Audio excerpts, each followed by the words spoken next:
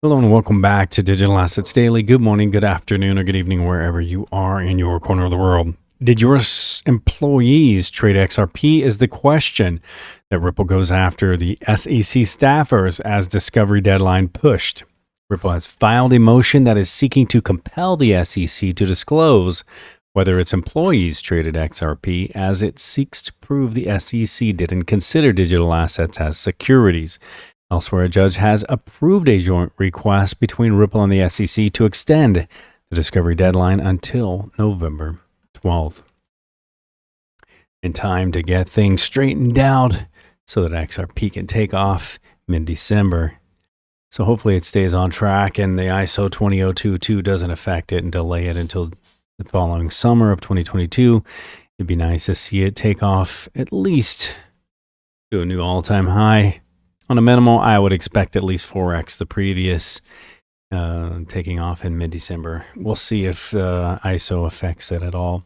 But I would expect the FOMO from the settling or the case ending just in time for Christmas to at least do something significant.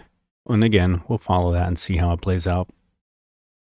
So China's digital yuan is now a threat to freedom, and many observers are treating China's plan for a central bank digital currency as a strictly progressive technical move that other nations should emulate. The United States in particular is concerned that China already has a large head start, which may threaten the dollar's dominance as a reserve currency. But again, they don't seem too concerned because there's all kinds of games being played at the SEC and in Congress. And if they were really concerned, we would have already seen the regulatory clarity that's needed for the assets. Example, Ripple and Stellar, XRP and XLM connected would have had a significant freedom to launch off as they are based in the USA. So we'll see how that plays out. Also, too, Ethereum fees are jumped up 154% from last week. This was a discussion we were having earlier on Twitter, as a lot of people, the ERC20 tokens doesn't make a lot of sense to hold at this point, because when you move it from the exchange to your wallet, the fees are astronomical, and vice versa if you want to sell it and you're moving, or if your company that you're holding their asset tends to swap for a new asset. It's going to cost you a significant amount to even send it back, to even trade it. And sometimes the amount of the ERC20 token fee is more than the amount of the token you're actually holding to be able to sell. And that's very interesting. Even on a slow, you have an optional speed limit, so to speak, for moving Ethereum. Even sometimes on the slower speed or the slowest option, it can be higher than the amount that you're moving. So a lot of retail investors are extremely frustrated with ERC20 and Ethereum tokens right now.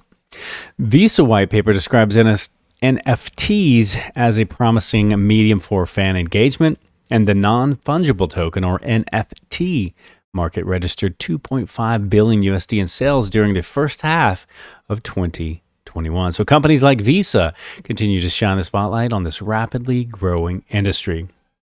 Now, here's something we've been sharing for at least 2 months, as we've highlighted almost in every video, the attack we call on Bitcoin. Now, this one's a little different, but it's still the same end result. Ontario's securities regulator bars the country's first registered crypto platforms from trading Tether.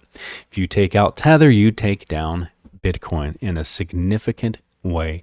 And USDT is not exactly held up as stated, where they're supposedly 1-to-1 to the US dollar. There was a significantly lower percentage rate than what they have stated. I was going to go into this a lot more, but you know what? I'm going to leave it right there, and I'm going to end it with this. As the previous article, 2 things come to mind.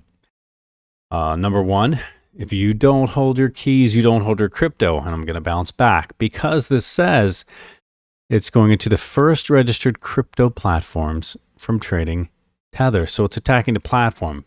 Point is, if you have your, even say USDT or whatever assets you have on there, if there's an attack to that, the only way to protect that is on or I should say off the exchange. My personal favorite is the ledger, as I tend to put it in there, forget about it. You can drop it in your bank account into the vault and just let it sit there.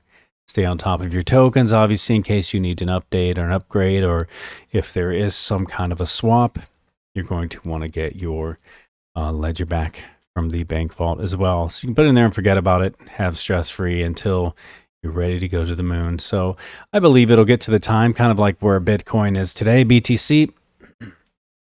And we've shown from other, even the meme coins, don't hold me to the exact which way it went. We did videos on them just to share, but I believe it was something like Kishu. You were able to buy real estate. There was another one, I believe it was Akita, that you could buy precious, like for example, gold. You could buy gold from a few different bullions, but it could be vice versa. You have to check the video. Not too specific on those, but I just found it very interesting. And then we also know there are a few real estate agents who as well now take XRP. So I believe there will come a point where the assets will become a different option for currencies.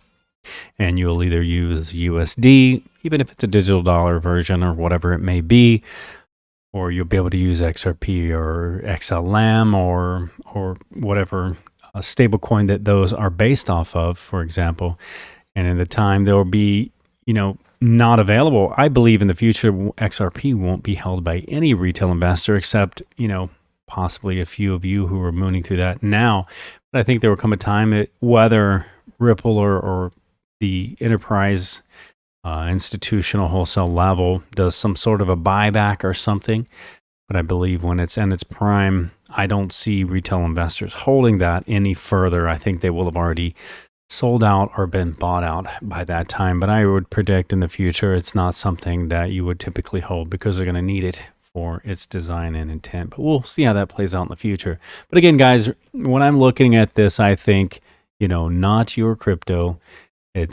Or not your keys, not your crypto. And again, my favorite absolute for the first wallet I even put anything on was the ledger, and I've still been the greatest fan of it from day one. So remember, guys, this is not financial advice. It's for entertainment purposes only. And as always, before we go, I want to leave you with a final thought. Once you replace negative thoughts with positive ones, you'll start having positive results. And thanks again to Surfmeister, our VIP on Patreon, and to each and every one of you. Much love, and thanks again for your support. We'll catch you in the next one.